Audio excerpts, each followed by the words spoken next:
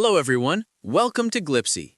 In this video, I'm going to teach you how we're going to be able to get the new codes in the Forge that came out today, December 25. To do this, what we're going to have to do is go to the Settings section, and while we're in Settings, we're going to have to enter the following codes.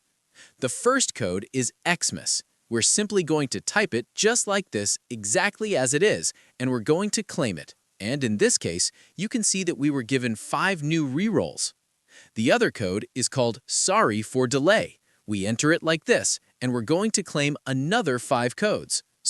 Another 5 rerolls. And we're going to be able to get new rerolls to see which other race we get in the Forge. And well, that would be all.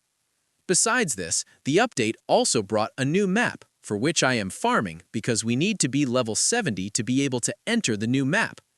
We also get a new dash, not a new ability, but a new movement state, which will allow us to dodge, for example, enemies much faster without having to take damage. As you can see, well, if I get burned here, it's much easier to dodge these enemies, and in this way, continue farming inside the Forge.